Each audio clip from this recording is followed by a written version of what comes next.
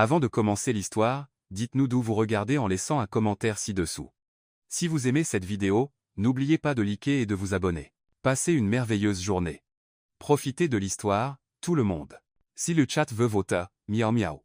Si la souris va gagner, quick quick. Sophie fredonnait son nouveau tube, le chat candidat funky, en se balançant légèrement sur sa chaise de bureau tout en empilant des papiers et en utilisant une agrafeuse comme micro. La journée de travail était terminée, et le bâtiment était pratiquement vide. Du moins, c'est ce que Sophie pensait. Vêtue d'une veste un peu trop grande et de chaussures qui claquaient à chaque pas, elle se donnait à fond dans sa performance. Elle exécutait même la chorégraphie, qui incluait un miaou dramatique, un mouvement de tête digne de Broadway et un petit déhanché maladroit, mais derrière elle, quelqu'un était apparu à la porte du bureau. C'était Marcus, le PDG de l'entreprise, l'homme le plus craint, respecté, impassible, qui ne souriait jamais. Et il était là, observant cette performance comme s'il venait de voir un extraterrestre à une heure de grande écoute. Sophie, inconsciente de son public VIP, continuait, « Votez pour le chat. C'est le roi de l'éthique. Il miaule au Sénat. Il est tout simplement fantastique. » Marcus croisa les bras, tenant toujours le dossier qu'il était revenu chercher. Pendant une seconde, juste une seconde, la rigidité de son visage s'estompa. Le coin de sa bouche se releva, presque invisible, mais réel. Il sourit. Pour la première fois en 20 ans, un phénomène plus rare qu'une éclipse solaire ou une année bissextile tombant un vendredi férié. Sophie, en se retournant avec un tourbillon dramatique, se retrouva face à lui. Son cri résonna. Elle laissa tomber une pile de dossiers, trébucha sur la chaise pivotante, se cogna le genou contre le bureau et, dans la panique, fit tomber son sac par terre, répandant rouge à lèvres, chewing-gum et un petit canard en caoutchouc. « Mon patron ninja, vous vous êtes téléporté ici ?» Marcus s'éclaircit la gorge, mais sa bouche tressautait. Il essayait clairement de ne pas rire. « Je suis juste revenu chercher un document oublié, » dit-il d'une voix stable, mais ses yeux trahissaient le chaos intérieur. Sophie, essayant de conserver un peu de dignité en ramassant le canard, dit « Je jure que cette chanson a une profondeur sociale. Elle parle de la représentation féline en politique. » Marcus haussa un sourcil. Sophie se releva, ajustant sa veste dont la fermeture éclair s'était coincée dans ses collants. « Attendez une seconde. » Elle plissa les yeux, examinant son visage comme si elle analysait une peinture précieuse. C'était un sourire, n'est-ce pas? C'était ça, non? Je l'ai vu. Puis-je appeler le New York Times? Marcus détourna le regard, reprenant sa posture sérieuse. Chantes-tu toujours ça quand tu penses que personne ne regarde? Sophie haussa les épaules, encore essoufflée. Seulement quand je suis vraiment heureuse, vraiment fatiguée ou légèrement en manque de sucre. Elle lui tendit les documents, mais en laissa tomber la moitié à nouveau dans le processus. Marcus se baissa pour l'aider, et pendant un instant, leurs regards se croisèrent. Le silence n'était pas aussi gênant qu'il aurait dû l'être. « Votre service est terminé, mademoiselle Sophie ?» Elle ramassa les papiers éparpillés, le visage encore rouge. « Techniquement, oui, mais vous savez comment c'est. Première semaine, je veux montrer mon dévouement et mon sens de l'humour. Être un peu trop. » Marcus l'observa une seconde de plus que nécessaire, puis prit le dossier, se tourna pour partir et dit « Bonne soirée, mademoiselle chat candidat. »« Bonne nuit, patron. » Sophie resta là, tenant le canard en caoutchouc dans la main, les yeux écarquillés et le cœur battant. Elle courut à la fenêtre et regarda Marcus entrer dans l'ascenseur. Il a souri. « Je l'ai vu. Ça vaut un prix. Une prime? Être une augmentation ?» marmonna-t-elle pour elle-même. Dans l'ascenseur, Marcus restait immobile, fixant son reflet dans les portes miroirs. Lentement, le coin de sa bouche se releva à nouveau. Un petit sourire. Le gardien de sécurité dans un coin de l'ascenseur s'étouffa avec sa propre salive. « Monsieur Stone, venez-vous de sourire ?» Marcus ne répondit pas, mais le sourire, maintenant franc, dura jusqu'au rez-de-chaussée. Pendant ce temps, Sophie rangeait le désordre dans le bureau, murmurant. « Bravo, Sophie. Tu viens de chanter une chanson de chat politique funky devant l'homme le plus effrayant de l'immeuble. Si j'ai encore mon badge demain, je considérais ça comme une victoire. Ha! Mais bon, elle avait commencé par un désastre, enchaîné avec un miaou politique et fini par faire rire le patron. Elle recommença à fredonner, dansant cette fois avec le canard en caoutchouc dans la main. Votez pour le chat. C'est le roi de l'éthique. Il miaule au Sénat. Il est tout simplement fantastique. » Et dans l'ascenseur, Marcus essayait encore de comprendre ce qui s'était exactement passé dans ce bureau. Mais une chose était claire. Après 20 ans, quelque chose en lui avait commencé à changer. Le lendemain matin, Sophie arriva au bureau comme une détective en mission secrète. Elle avait un petit carnet dans son sac intitulé « Opération Grand Sourire ». Étape 1, confirmer si c'était réel. Étape 2, reproduire le miracle. Dans la cafétéria de l'entreprise, Elle s'assit avec Emily de la comptabilité et Daniel du marketing. « Les amis, vous n'allez pas croire ce qui s'est passé hier », annonça Sophie, remuant son café avec une cuillère en plastique qui faisait un bruit agaçant. « Laisse-moi deviner », dit Emily, mordant dans un muffin. « Tu as découvert que le café de la machine est fait de poussière de craie ? Non, encore mieux. J'ai fait sourire Monsieur Stone. » Daniel manqua de s'étouffer avec son jus d'orange. « Sophie, ma chérie, tu t'es cogné la tête ? Marcus Stone ne sourirait pas même s'il gagnait à la loterie. Je l'ai vu de ses 2 yeux qui seront un jour 6 pieds sous terre, insista Sophie, pointant dramatiquement ses propres yeux. C'était un petit sourire, mais un vrai. Grada, certifié, dents visibles et tout. Émilie secoua la tête. Chérie, je travaille ici depuis 5 ans. J'ai vu cet homme en réunion, présentation, même à une fête de Noël. Son visage ne change jamais. C'est comme s'il était fait de marbre. Du marbre coûteux, ajouta Daniel. Le genre qui coûte plus cher que mon appartement. Sophie tapa du poing sur la table, faisant rebondir les plateaux. Exactement. C'est pourquoi c'était historique. Je dois le faire sourire à nouveau, vous savez, pour la science. Ses 2 collègues échangèrent des regards amusés. Et comment comptes-tu faire ça ? Demanda Émilie. Sophie sourit avec l'éclat de quelqu'un qui venait de découvrir le remède à l'ennui corporatif. Avec la même chanson qui a marché hier, le chat candidat funky, quoi ? Daniel fronça les sourcils. Un chef-d'œuvre musical brésilien adapté à la réalité américaine. Vous verrez. Après le déjeuner, Sophie commença sa campagne. Premier test, l'ascenseur. Quand les portes se fermèrent avec elle et 3 autres employés à l'intérieur, Sophie commença discrètement. Votez pour le chat. C'est le roi de l'éthique. Il miaule au Sénat. Il est tout simplement fantastique. Les autres la regardèrent comme si elle venait d'annoncer que des extraterrestres avaient atterri à Central Park. Désolé, c'est une technique de relaxation, improvisa Sophie, souriant nerveusement. Au 10e étage, les portes s'ouvrirent, et Marcus entra.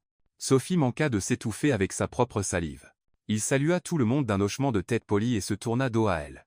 Sophie prit une profonde inspiration et murmura à peine audiblement. « Si le chat veut voter, miaou, miaou. » Le sourcil droit de Marcus tressaillit légèrement, juste légèrement. Mais Sophie le vit.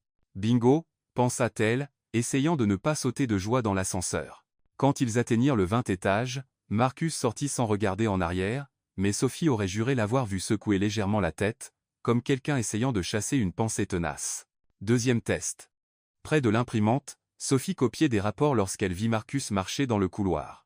Elle fit semblant de se concentrer sur les documents et commença à fredonner doucement. Si la souris va gagner, quick, quick. Marcus ralentit son pas juste une fraction de seconde. Sophie retint un rire. Ça fonctionnait. Le 3e test fut un accident. Sophie entra dans les toilettes pour femmes, fredonnant la chanson, sans se rendre compte qu'elle avait laissé la porte légèrement entr'ouverte. Dehors, Marcus passait par là, en route pour une réunion. Votez pour le chat. C'est le roi de l'éthique. Il miaule au Sénat. Il est tout simplement fantastique. La voix de Sophie résonna dans le couloir vide. Marcus s'arrêta net. Il regarda autour de lui, s'assurant qu'il était seul, et un petit sourire apparut sur ses lèvres. Il secoua la tête comme pour se ressaisir et continua vers sa réunion. Sophie sortit des toilettes, et manqua de percuter Rachel de la réception. « Tu chantais dans les toilettes ?» demanda Rachel, perplexe. « C'est une nouvelle thérapie, très efficace pour le stress », mentit Sophie, rougissant. À 15 heures, le chaos éclata dans le bureau. Patricia, l'assistante exécutive de Marcus, courut dans les couloirs comme si le bâtiment était en feu. « Urgence ! Urgence !» cria-t-elle, agitant les bras en traversant le couloir. Sophie et quelques autres employés se rassemblèrent autour d'elle. « Que s'est-il passé ?» demanda Émilie. L'investisseur, japonais, est arrivé en avance. La réunion prévue pour demain a lieu aujourd'hui dans 1 heure. Et notre interprète officiel vient d'appeler, elle a une intoxication alimentaire. Daniel émit un sifflement bas. C'est sérieux. Monsieur Stone attend cet investisseur depuis des mois. Patricia regarda autour d'elle, clairement paniquée. Quelqu'un ici parle japonais ? Même un peu ? Silence total. Sophie leva timidement la main. Je sais dire arigato, et sayonara. Ça compte ? Patricia la regarda comme si elle était le dernier radeau de sauvetage sur le Titanic. Tu devras faire l'affaire. Viens avec moi. 5 minutes plus tard. Sophie se tenait devant la porte du bureau de Marcus pendant que Patricia frappait frénétiquement. Entrez, dit la voix ferme du PDG. Patricia poussa Sophie dans le bureau luxueux. Monsieur Stone, nous avons trouvé une solution temporaire pour le problème d'interprète. Marcus leva les yeux de ses papiers et vit Sophie, debout comme un pingouin perdu dans le désert. Sophie, fronça-t-il les sourcils. Elle parle japonais, mentit Patricia sans hésiter. et peut se faire passer pour votre assistante personnelle expérimentée, ça donnera plus de crédibilité à l'entreprise. Marcus regarda Sophie, puis Patricia, puis Sophie à nouveau. Vous parlez japonais? Demanda Tei. Clairement dubitatif. Eh bien, Sophie déglutit difficilement, je sais dire bonjour et au revoir, et je peux m'excuser, ce qui sera probablement utile. Marcus se frotta le visage, regrettant visiblement tout de ce moment. L'investisseur arrive dans 50 minutes. Genio. Je suis fichu, murmura Sophie, commençant à paniquer. Marcus soupira profondément, comme un homme réalisant qu'il allait sauter en parachute sans formation. Souriez et prenez des notes, ou du moins essayez, dit-il, regrettant visiblement ses propres mots. Les yeux de Sophie s'élargirent, assimilant l'instruction. Prendre des notes ou sourire, parce que faire les deux à la fois, patron, c'est du multitâche à un autre niveau. Et là, encore une fois, le mouvement à peine perceptible au coin de la bouche de Marcus, il le couvrit rapidement d'une toux et baissa les yeux sur ses documents. Patricia, trouvez une veste convenable à Sophie. Elle a 40 minutes pour devenir une assistante personnelle convaincante. Patricia entraîna Sophie hors du bureau. Allez, ma chérie. Nous devons accomplir un miracle. Alors qu'on la tirait dans le couloir, Sophie murmura pour elle-même. De nouvelles secrétaires à fausse interprète et assistante en 24 heures. Si ce n'est pas une progression de carrière, je ne sais pas ce que c'est. De retour dans le bureau, Marcus était seul, feuilletant des papiers. Pour la 3e fois en 2 jours, un sourire tenace essayait de se faufiler sur son visage alors qu'il se souvenait des mots de Sophie. Il secoua la tête, essayant de se concentrer sur la réunion imminente. 40 minutes plus tard, Sophie était méconnaissable. Patricia avait accompli un miracle. Un costume bleu marine qui lui allait presque, des talons qui ne lui faisaient qu'un peu mal, et même une paire de lunettes factices pour lui donner un air plus intellectuel.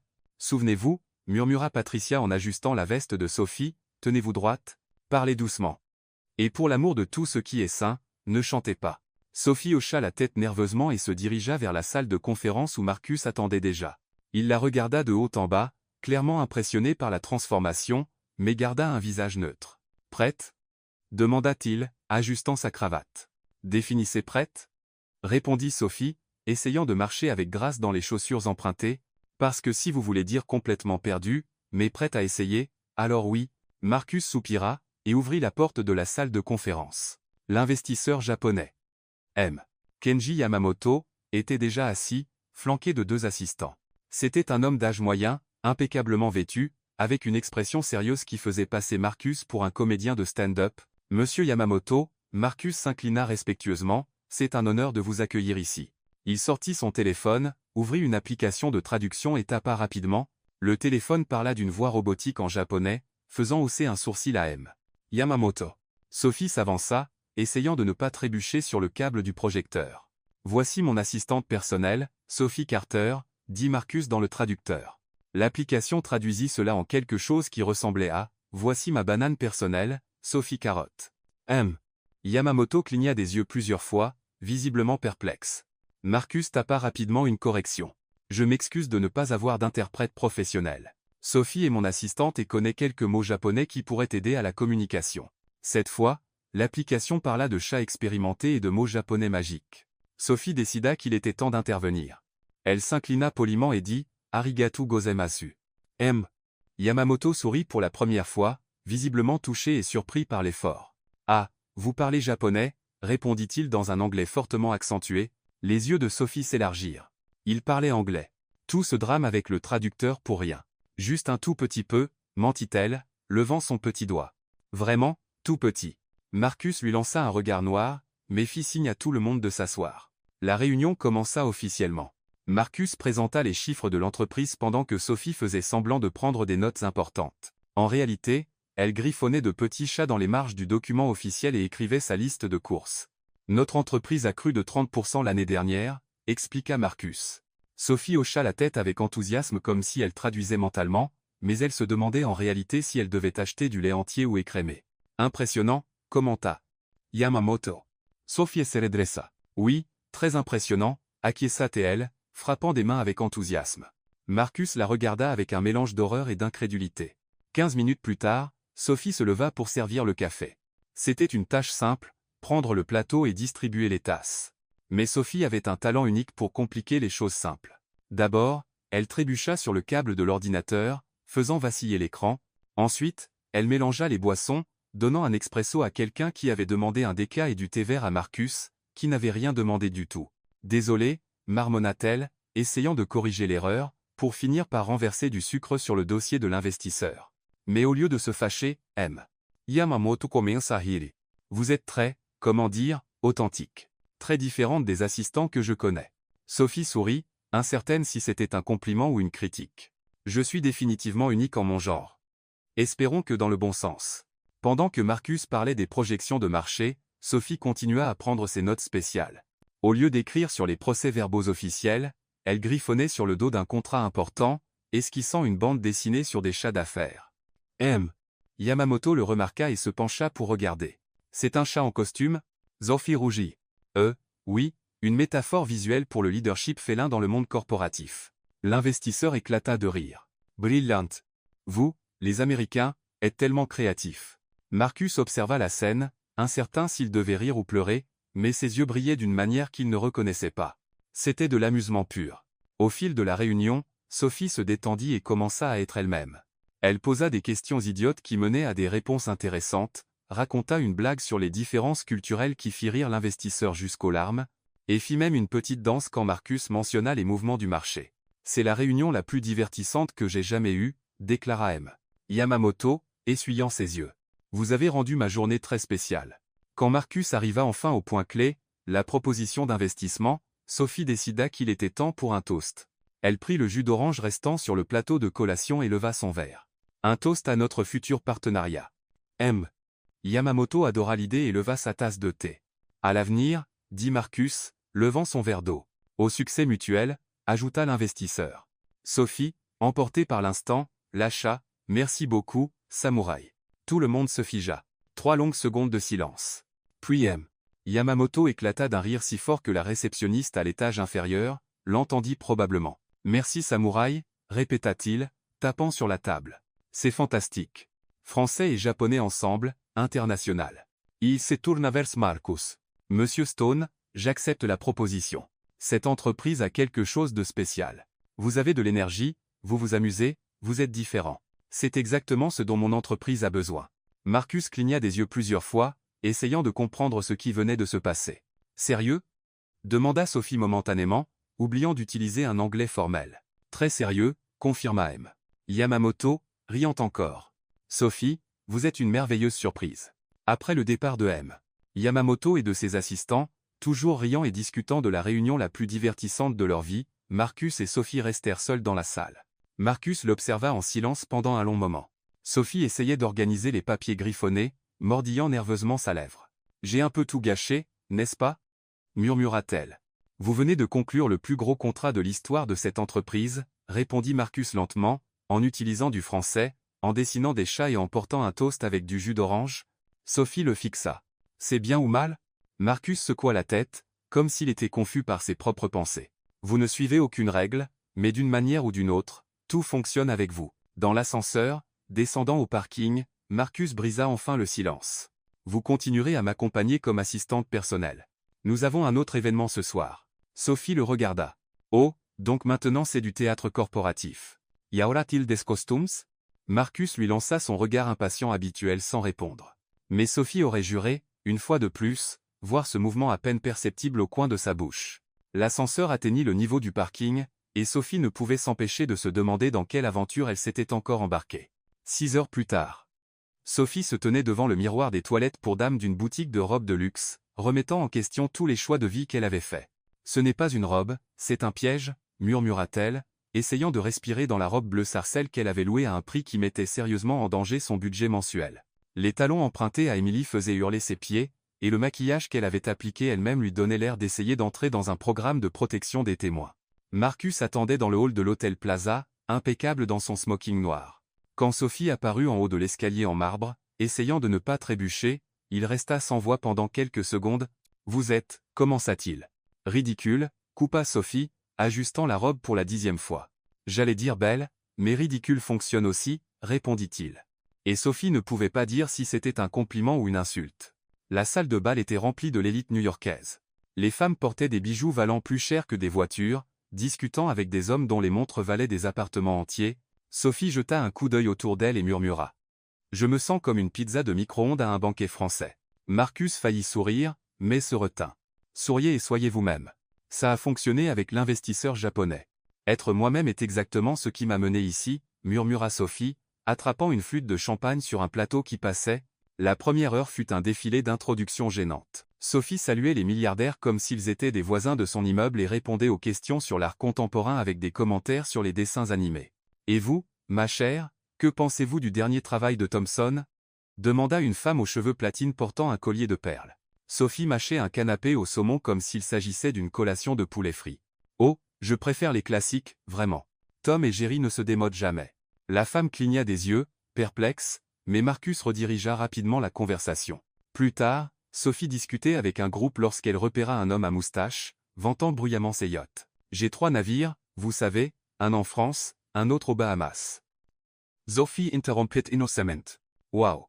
Monsieur Moustache, vous devez passer plus de temps en mer qu'un pirate. L'homme devint rouge. Les gens autour d'eux s'étouffèrent avec leur boisson, et Marcus dut simuler une quinte de tout pour cacher son rire. C'est Monsieur Baxter, corrigea l'homme, clairement offensé. Désolé, Monsieur Baxter Moustache, répondit Sophie sincèrement, ne comprenant pas ce qu'elle avait fait de mal. Marcus la tira rapidement de l'autre côté de la salle de bal. Sophie, vous ne pouvez pas donner des surnoms comme Monsieur Moustache au mania milliardaire. Mais il a une moustache, protesta-t-elle, et une très belle, d'ailleurs.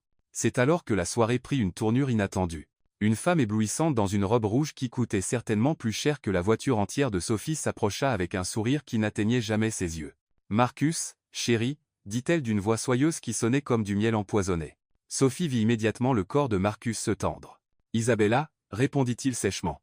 Isabella était tout ce que Sophie n'était pas. Grande, élégante, avec des cheveux blonds parfaitement coiffés et une posture qui criait « J'appartiens ici ». Ses yeux bleus glacés scrutèrent Sophie de la tête aux pieds comme si elle évaluait un article d'occasion. « Et qui est cette petite créature » demanda Isabella avec un faux sourire. « Sophie Carter, mon assistante », répondit Marcus rigidement. « Oh, comme c'est mignon », gloussa Isabella, mais ce n'était pas un rire chaleureux. Marcus a toujours eu un faible pour les employés inhabituels. Sophie sentit son sang bouillir. Inhabituel dans le sens de ne pas être fausse, des ongles à la personnalité. Le sourire d'Isabella vacilla une fraction de seconde, puis revint rapidement. « Marcus, chéri, nous devons parler seuls, dit-elle, ignorant complètement Sophie et saisissant possessivement le bras de Marcus. « Je suis sûr que tu es fatigué de cette phase rebelle. Pourquoi ne pas revenir à ce que nous avions? Nous étions parfaits ensemble. » Marcus regarda Sophie, puis Isabella, clairement mal à l'aise. Sophie pouvait voir la panique monter dans ses yeux, et puis il fit quelque chose de totalement inattendu. « En fait, Isabella, je suis fiancé. » La salle de bal entière sembla se taire. Les yeux d'Isabella s'élargirent, et Sophie faillit laisser tomber sa flûte de champagne. « Fiancé » répéta Isabella, stupéfaite. « À qui » Marcus prit une profonde inspiration et regarda directement Sophie. « À Sophie. » Sophie s'étouffa spectaculairement avec le champagne, toussant si fort que la moitié de la salle se tourna pour regarder. « Quoi » parvint-elle à s'exclamer entre deux quintes de tout. Marcus saisit rapidement sa main et força un sourire, presque romantique si Sophie ne connaissait pas déjà son expression habituelle de pierre. Elle le fixa, les yeux écarquillés. Le monde entier semblait figé à cet instant. Isabella était pâle comme un linge, et Sophie pouvait entendre les murmures se propager dans la salle de bal comme un feu de forêt. « Ça va me coûter combien » murmura Sophie à travers un sourire crispé. « Parce que je facture cher pour jouer l'amour en public. » Marcus serra sa main plus fort. « Tout ce qu'il faudra. »« S'il te plaît. » Sophie jeta un coup d'œil autour d'elle. Tous ces gens riches et puissants la regardaient comme si elle était un animal rare de zoo. Isabella semblait silencieusement planifier une vengeance élaborée. Et puis Sophie fit ce qu'elle faisait de mieux. Elle improvisa. Elle se tourna vers Isabella avec un sourire doux. « Désolée, Isabella, c'est ça ? Vous devrez trouver un autre ex à reconquérir. Celui-ci est déjà pris. » Isabella resta là, bouche bée. Autour d'eux, l'élite new-yorkaise murmurait avec excitation, regardant le drame se dérouler comme une série télévisée en direct. « C'est ridicule, » lança Isabella, retrouvant son sang-froid. « Vous deux, vous vous connaissez à peine. »« L'amour n'a pas de chronomètre, ma chère, » répondit Sophie, jouant pleinement le rôle. « Parfois, il frappe de nulle part, comme la foudre. » Marcus la regarda avec un mélange de terreur et d'admiration. À ce moment, un homme avec une caméra professionnelle s'approcha. « Monsieur Stone, je suis de New York Social. Pouvons-nous avoir un commentaire sur les fiançailles ?» Avant que Marcus ne puisse dire quoi que ce soit, Sophie s'avança avec l'assurance d'une vétérane du tapis rouge. « Bien sûr, Nous sommes très heureux. Marcus est un homme merveilleux, même si son goût musical est discutable. Le reporter griffonna frénétiquement dans son carnet. Et quand aura lieu le mariage? Sophie lança un regard à Marcus, qui semblait mentalement calculer le coût de quitter le pays. Bientôt, dit-il, la voix légèrement étranglée. Le lendemain matin, les potins étaient partout, couvertures de magazines, blogs de célébrités, fils d'actualité. Le PDG solitaire annonce des fiançailles surprises avec une secrétaire exotique. Sophie se réveilla avec son téléphone qui vibrait sans arrêt. Elle grogna et ouvrit le premier titre qu'elle vit. Là, une photo d'elle et Marcus se tenant la main. Elle semblait complètement choquée, et lui avait l'air d'avoir avalé un citron entier. Secrétaire exotique, lut-elle à haute voix.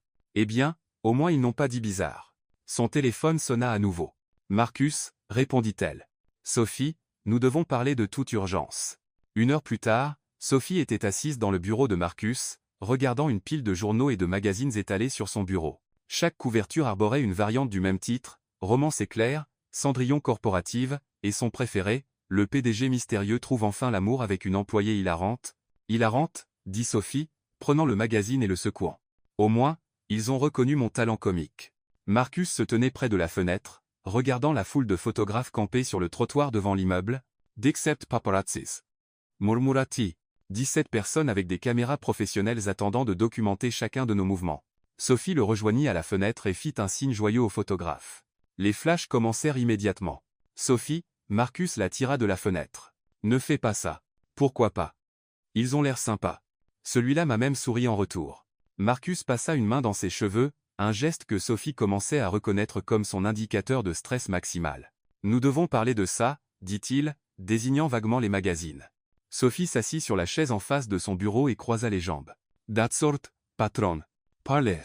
La situation est hors de contrôle, hésita-t-il, mais être que ce n'est pas entièrement mauvais. Que voulez-vous dire? Marcus s'assit derrière le bureau et joignit les mains. Le conseil d'administration est ravi. Notre image publique n'a jamais été meilleure. Les actions ont augmenté de 3% ce matin. Sophie hocha lentement la tête. Continuez. Et il y a un contrat important en cours avec Thomson et Associés. C'est une entreprise familiale traditionnelle. Il valorise les relations personnelles solides. Un PDG célibataire de 35 ans les faisait douter de ma stabilité. Sophie commença à comprendre où cela menait. Vous voulez que je continue à faire semblant d'être votre fiancé pour un temps limité, juste jusqu'à ce que nous concluions le contrat? Sophie se pencha en arrière dans la chaise, étudiant son visage. Et qu'est-ce que j'y gagne? Marcus cligna des yeux, clairement pas préparé à ce qu'elle négocie. Que voulez-vous dire? Qu'est-ce que vous y gagnez? Marcus, chérie, dit Sophie d'un ton doux qui ne trompait absolument personne, faire semblant d'être follement amoureuse de quelqu'un qui a l'éventail émotionnel d'une planche à repasser, c'est du travail. Je mérite une compensation. Il la fixa pendant un long moment. Quelle Henry compensation? Sophie afficha un sourire qui aurait rendu fier n'importe quel vendeur. Premièrement, une augmentation, 20%. 10, répondit Marcus instantanément. Quince. Deuxièmement, du temps libre supplémentaire, tous les vendredis après-midi. Impossible. Alors tous les lundis matins. Marcus soupira. D'accord. Troisièmement, un service de voiture pour tous les événements publics. Mes pieds ne se sont toujours pas remis des talons d'hier. Accepté. Quatrièmement, du chocolat au bureau. Du bon, pas ces barres de distributeurs qui ont le goût de carton sucré. Marcus sembla sincèrement perplexe. Du chocolat? Du chocolat suisse ou belge, à vous de choisir. Pourquoi du chocolat? Parce que faire semblant d'être amoureuse me donne faim, et une Sophie affamée est une Sophie grincheuse. Et croyez-moi, vous ne voulez pas d'une Sophie grincheuse pendant tout ce cirque. Marcus réfléchit, puis dit, d'accord. Autre chose? C'est tout pour l'instant, mais je me réserve le droit de renégocier si la situation devient plus compliquée. Ils se serrèrent la main, scellant l'accord le plus surréaliste qu'aucun d'eux n'avait jamais conclu. 2 heures plus tard, Sophie découvrait déjà que jouer la fausse fiancée était un travail étonnamment difficile. Le téléphone ne cessait de sonner avec des demandes d'interview, des invitations à des événements et même des offres de télé-réalité. Une télé-réalité? Répéta Sophie à Patricia, qui notait toutes les demandes. L'amour au travail, lut Patricia sur un papier. Ils veulent vous suivre tous les deux dans le bureau avec des caméras. Absolument pas, dit Marcus, apparaissant dans l'embrasure de la porte. Sophie le regarda, curieuse. Ça pourrait être amusant. Imaginez, ce soir dans l'amour au travail, le PDG sourira-t-il pendant la réunion budgétaire? Marcus l'ignora et se tourna vers Patricia. Acceptez uniquement les invitations corporatives pertinentes qui correspondent à nos objectifs commerciaux. Plus tard dans la semaine, lors d'une réunion cruciale avec des investisseurs potentiels de Thomson et Associés, Sophie réalisa que sa présence avait un effet inattendu sur les affaires. La réunion était tendue.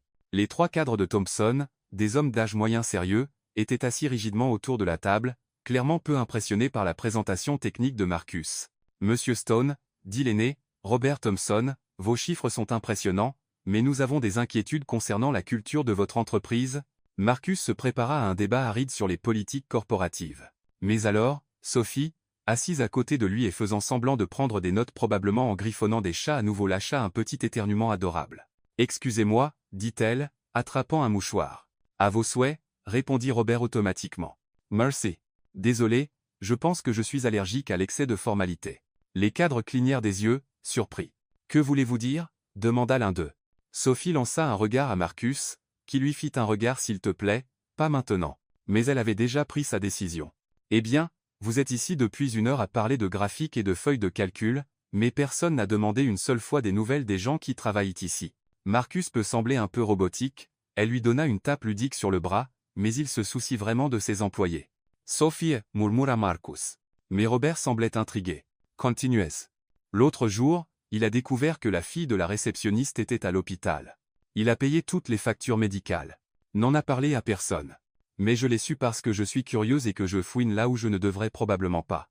Marcus la fixa avec une véritable surprise. Il ne savait pas qu'elle était au courant. Et il y a plus, continua Sophie, enthousiaste. Il a modifié toute la politique de congé de maternité après qu'une employée a dû revenir beaucoup trop tôt après avoir accouché. Maintenant, les mamans ont 6 mois de congé payé. Les cadres de Thompson échangèrent des regards. Cela ne figurait pas dans notre rapport, dit Robert, haussant un sourcil. Sophie haussa les épaules. Marcus est modeste. Il fait du bien et le cache comme un super-héros en costume. L'un des cadres gloussa. Un superhéros en costume. Exactement. Il combat l'injustice corporative et protège les employés innocents. Sophie fit un geste dramatique. La seule différence, c'est qu'au lieu d'une cape, il porte des cravates coûteuses. La salle entière riait maintenant, y compris Robert Thompson, dont Sophie n'était même pas sûre qu'il savait sourire. Mademoiselle Carter, dit Robert, redressant sa posture, votre perspective sur Monsieur Stone est rafraîchissante. Oh, j'en ai encore plein d'autres d'où celle-ci vient. Je pourrais vous raconter le moment où il est resté éveillé toute la nuit pour aider l'équipe informatique à réparer un plantage du système ou quand... Sophie, coupa Marcus doucement, je pense qu'ils ont compris l'idée. Robert se leva et tendit la main. Monsieur Stone, considérez le contrat conclu. Une entreprise qui inspire ce genre de loyauté et d'amusement est exactement ce que nous recherchons. Après le départ des investisseurs, Marcus et Sophie restèrent seuls dans la salle de conférence. Vous saviez pour Rachel, demanda Marcus doucement, à propos des factures médicales? Sophie rougit légèrement. J'écoute peu, être un peu trop et je pose un peu trop peu de questions, mais c'était vraiment gentil de votre part. Marcus la regarda pendant un long moment, comme s'il la voyait sous un jour complètement nouveau. Vous venez de conclure un contrat de 10 millions de dollars en me faisant passer pour un super-héros en costume. Techniquement, vous êtes le super-héros. Je l'ai juste traduit en langage humain. Marcus secoua la tête, essayant encore de tout assimiler. Pensez-vous pouvoir continuer à faire semblant pendant 1 mois de plus? Nous avons d'autres réunions clés à venir, et apparemment, vous avez un effet positif sur les affaires. Sophie croisa les bras et le regarda droit dans les yeux. Cela inclut-il des dîners, des photos romantiques et me laisser changer la playlist dans votre voiture? Parce que toute cette musique classique me met dans une légère dépression. Marcus Heishito. Je vais y réfléchir. Et du chocolat. Beaucoup de chocolat. Nous avons déjà convenu pour le chocolat. À ce moment, Patricia apparut à la porte, essoufflée. Monsieur Stone, le magazine Manhattan Elite veut faire un reportage de couverture sur vous deux. Séance photo complète et interview sur l'amour dans le monde corporatif. Sophie c'est tout n'affache Marcus. Une séance photo romantique? Ça vaut définitivement double chocolat. D'accord, soupira-t-il, mais pas de chanson de chat pendant l'interview. Sophie sourit. Je ne promets rien. Le lendemain matin, Sophie se réveilla au son agaçant de son alarme et au chaos immistakable des photographes criant son nom devant l'immeuble. Sophie, Sophie, par ici. Elle jeta un coup d'œil à travers le rideau et vit au moins 10 paparazzi campés sur le trottoir. Sérieusement, vous n'avez pas de maison? Murmura Sophie, fermant rapidement le rideau. 2 heures plus tard, elle était au studio de Manhattan Elite Magazine, stylée, brossée, poudrée et habillée comme une poupée de luxe.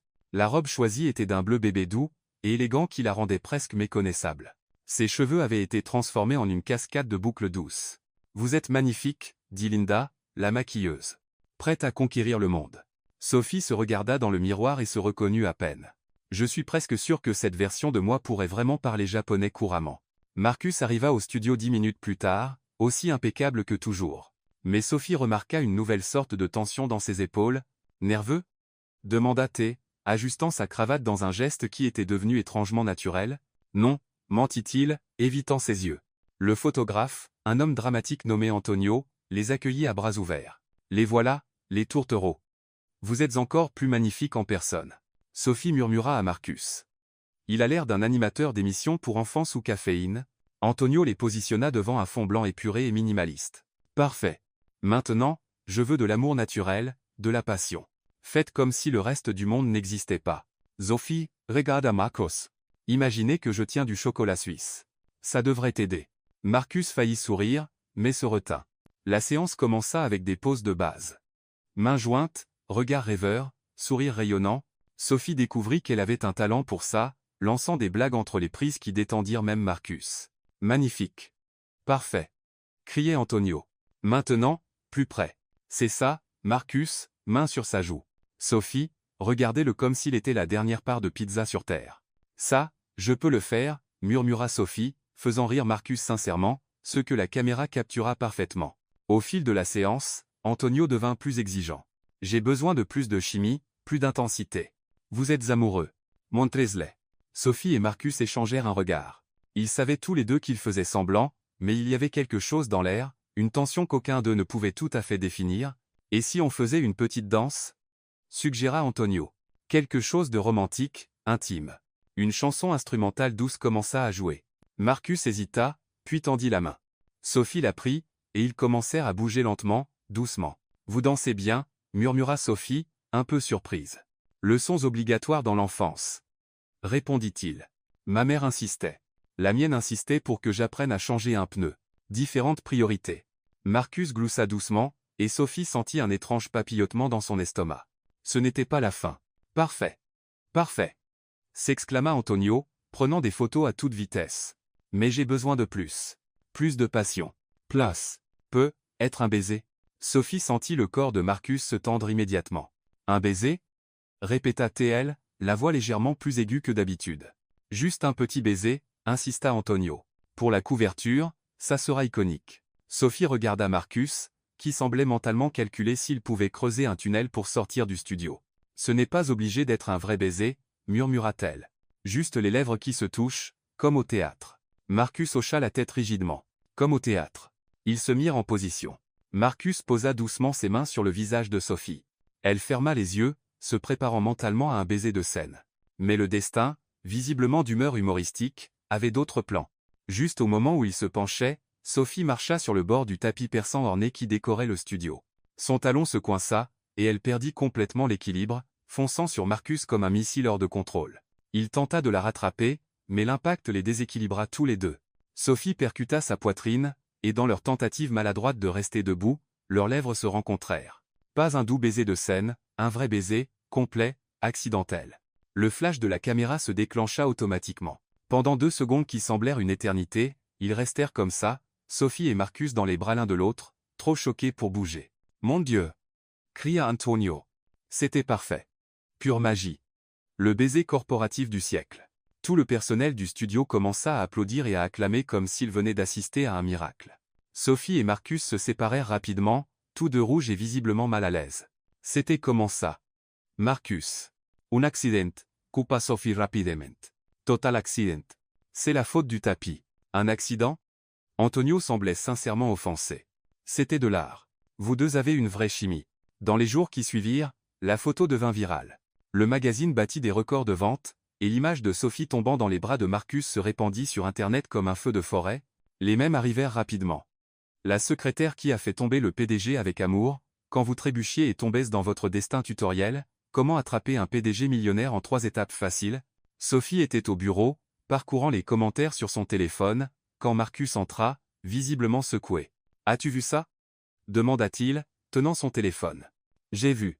Nous sommes célèbres, » répondit Sophie, essayant de paraître décontractée. « Au moins, maintenant nous avons de la chimie. Il ne manque plus que le tableau périodique pour aller avec. » Marcus ne rit pas. Il faisait les 100 pas dans le bureau comme un animal en cage. C'est complètement hors de contrôle. Marcus, détends-toi. Ce n'est qu'une photo. Dans une semaine, personne ne s'en souviendra. Comme si l'univers ne pouvait résister à l'opportunité de lui donner tort, Patricia apparut à la porte, tenant une enveloppe élégante. « Monsieur Stone, ceci vient d'arriver. Une invitation très importante. » Marcus ouvrit l'enveloppe, et son expression devint encore plus tendue. « Qu'est-ce que c'est ?» demanda Sophie. « Le bal annuel de la famille Stone, » dit-il, la voix crispée. « Mes parents veulent rencontrer ma future épouse. » Sophie sentit son estomac se nouer. « Tes parents ? Comme dans « Les gens qui t'ont créé ?» Exactement. Elle prit l'invitation de ses mains et lut à haute voix. « Invite cordialement Sophie Carter, future Madame Stone. » Elle s'arrêta. « Madame Stone ? Eh bien, ça vite escaladé. » Marcus s'affaissa dans son fauteuil. Le bal est samedi prochain à la maison familiale. Tous les Stones seront là, avec la moitié de l'élite new-yorkaise, des investisseurs majeurs et la presse. Définitivement. Sophie regarda la carte dorée en relief, puis Marcus, qui semblait traverser une crise existentielle silencieuse. « Donc, je vais rencontrer tes parents, en faisant semblant d'être ta fiancée, à un gala entouré de gens riches et puissants pendant que les photographes documentent chacun de nos mouvements. » En gros, Sophie s'assit sur la chaise en face de lui. Ça appelle définitivement triple chocolat et un cours accéléré d'étiquette, et peut être une thérapie après. Marcus la regarda enfin. Veux-tu toujours continuer avec ça? Sophie pensa au baiser accidentel, au drôle de papillotement encore dans son estomac, au même viraux et à l'absurde absolu de tout cela. Bien sûr, dit-elle, surprenant même elle-même. Mais tu vas me devoir bien plus que du chocolat après ça. Marcus hocha la tête, à la fois soulagé et terrifié. Tout ce que tu veux? Attention avec ces promesses, Marcus Stone, dit Sophie.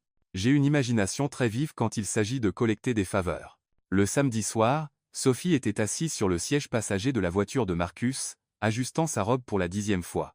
Cette fois, elle avait choisi une robe vert émeraude, élégante mais toujours très elle. Nerveuse? Demanda Marcus, remarquant comment elle jouait avec la sangle de son sac. Moi? Nerveuse? Sophie rit, mais le son était un peu trop aigu. Je vais juste rencontrer toute ta famille, en faisant semblant d'être ta fiancée, dans un manoir rempli de gens riches et célèbres. Pourquoi serais-je nerveuse? Marcus conduisit en silence pendant quelques minutes avant de parler à nouveau. Mes parents sont intenses. Intenses comme ils posent des questions sur les plans de retraite dès le premier rendez-vous, ou intenses comme ils engagent des détectives privés pour vérifier ton passé? Plutôt comme le second, répondit-il. Sophie ne pouvait pas dire s'il plaisantait. Elle l'observa pendant qu'il conduisait. Il y avait quelque chose de différent dans sa posture, une sorte de tension qu'elle n'avait pas vue, même dans les réunions les plus sous pression. Marcus? Oui. Pourquoi n'as-tu pas souri pendant 20 ans? La question sortit plus directement qu'elle ne l'avait prévu. Marcus faillit appuyer sur les freins. Quoi? Tout le monde dans l'entreprise en parle. Marcus Stone ne sourit jamais. On n'a plus de chance de voir une licorne que le patron rire. Mais pourquoi exactement 20 ans? Marcus resta silencieux, si longtemps que Sophie pensa qu'il ne répondrait pas. Enfin, d'une voix basse, il dit « J'ai perdu quelqu'un d'important ». Sophie sentit le poids de ses mots. Elle avait touché quelque chose de délicat. « Je suis désolé. Tu n'avais pas à. » C'était mon frère jumeau, interrompit Marcus doucement. Ethan. Nous étions identiques, mais il était mon opposé. Toujours en train de rire, toujours à faire rire tout le monde. Sophie ne dit rien. Elle l'attendit. Il est mort dans un accident de voiture quand nous avions 15 ans. Il revenait d'une fête. Il voulait me surprendre avec quelque chose de stupide qu'il avait acheté. Marcus fit une pause. Après ça, sourire semblait mal, comme si je trahissais sa mémoire. Les yeux de Sophie se remplirent de larmes. Marcus, ce n'est pas stupide. C'est humain. Elle prit une inspiration. Penses-tu vraiment que ton frère aurait voulu que tu arrêtes de sourire à cause de lui? Marcus ne répondit pas, mais quelque chose dans son expression s'adoucit. Je parie qu'il était le genre de personne qui faisait rire tout le monde, même quand il était triste, continua Sophie doucement. Et s'il était là maintenant, je parie qu'il plaisanterait sur le fait que tu fais semblant de sortir avec l'employée la plus maladroite de l'entreprise. Cette fois, Marcus sourit. Un petit sourire, réel. Il t'aurait adoré. Tu as le même sens de l'humour discutable. Sophie lui rendit son sourire. Donc, quand je te fais rire, ce n'est pas une trahison. C'est un souvenir. 15 minutes plus tard, ils arrivèrent au manoir Stone. Sophie regarda par la fenêtre et déglutit difficilement. Ce n'est pas une maison. C'est un petit pays. Le manoir était immense, avec des jardins parfaitement entretenus et une allée circulaire déjà remplie de voitures de luxe. Dernière chance de fuir, plaisanta Marcus, bien que Sophie pouvait voir qu'il était nerveux aussi. Et rater l'occasion d'entendre toutes les histoires embarrassantes que tes parents ont sur toi? Pas question. Ils entrèrent dans le grand hall, décoré de fleurs blanches et dorées. Les invités étaient exactement comme Sophie les avait imaginés, élégants, sophistiqués, et tous semblaient savoir instinctivement où trouver les flûtes de champagne les plus chères. Marcus. Une voix féminine chaleureuse appela. Une femme gracieuse aux cheveux argentés, coiffée à la perfection, avec un sourire radieux, s'approcha. Sophie sut immédiatement que c'était la mère de Marcus. Ils avaient les mêmes yeux. Maman. Marcus embrassa sa joue. Voici Sophie. Sophie. Margaret Stone saisit les deux mains de Sophie avec une chaleur sincère. Enfin, j'avais hâte de rencontrer la femme qui a fait sourire mon fils à nouveau. Madame Stone, c'est un plaisir, dit Sophie, essayant de canaliser son élégance intérieure. Margaret, ma chérie. Et laissez-moi dire que vous êtes encore plus belle en personne que sur toutes ces photos de magazine. Sophie rougit. Vous êtes trop gentille. Edward. Appela Margaret à un homme distingué de l'autre côté de la pièce. Viens rencontrer notre future belle-fille. Edward Stone était une version plus âgée de Marcus. Sérieux, mais avec des yeux bienveillants, il salua Sophie poliment, mais elle pouvait sentir qu'il l'étudiait attentivement. Donc, vous êtes la fameuse secrétaire qui a conquis notre PDG, dit Edward. Techniquement, je l'ai conquis avec une chanson sur des chats politiques, répondit Sophie avec un sourire. Ce n'était pas vraiment un plan magistral. Margaret éclata de rire. Diadore. Marcus a toujours été si sérieux. Il a besoin de quelqu'un pour le détendre. Maman, murmura Marcus, clairement embarrassé. Quoi? C'est vrai. Margaret c'est tout navage Sophie. Saviez-vous que quand il était petit, il faisait des présentations professionnelles avec ses peluches? Margaret, avertit Edward doucement, mais il souriait. J'ai besoin d'entendre cette histoire, dit Sophie, visiblement ravie. Il avait 7 ans et organisait une réunion avec tous ses ours en peluche pour discuter de la répartition équitable des jouets dans la chambre, partagea Margaret fièrement. Il faisait même des graphiques. Sophie regarda Marcus, qui était maintenant visiblement rouge. Des graphiques à 7 ans? C'était une phase, marmonna-t-il. C'était adorable, corrigea Margaret. Il a toujours été spécial, et maintenant il a trouvé quelqu'un d'aussi spécial. Sophie ressentit une soudaine pointe de culpabilité. La joie de Margaret était réelle, et Sophie lui mentait en plein visage. La soirée continua agréablement. Sophie se mêla aux parents de Marcus, entendit d'autres histoires d'enfance adorables et embarrassantes, et fit même rire Edward Stone avec son imitation dramatique de l'accent de l'investisseur japonais, mais alors qu'elle tendait la main pour prendre une flûte de champagne, une voix la figea sur place. Quelle coïncidence de vous voir ici. Sophie se tourna. Là était Isabella, rayonnante dans une robe rouge qui coûtait probablement plus cher que le loyer annuel de Sophie. Isabella, dit Marcus sèchement. Bonjour, les tourtereaux. Le sourire d'Isabella était glacial. Comment ça va? Toujours en train de jouer à la maison? Pardon? Sophie fronça les sourcils. Isabella s'approcha, baissant la voix dans un ton moqueusement conspirateur. Vous êtes-vous rencontrés aux ressources humaines ou sur le plateau de fête semblant? Sophie sentit son estomac se nouer mais garda un visage neutre. Je ne suis pas sûre de suivre. Oh, s'il vous plaît, rit doucement Isabella. Pensez-vous vraiment que quelqu'un croit à cette comédie? Une secrétaire insignifiante qui devient soudainement la fiancée du PDG le plus inaccessible de New York? Marcus avance. Isabella, vous êtes. Je suis juste réaliste, interrompit-elle sèchement. Et il se trouve que j'ai des preuves que votre chère Sophie est une opportuniste professionnelle. Des messages, des contacts douteux, un passé très intéressant.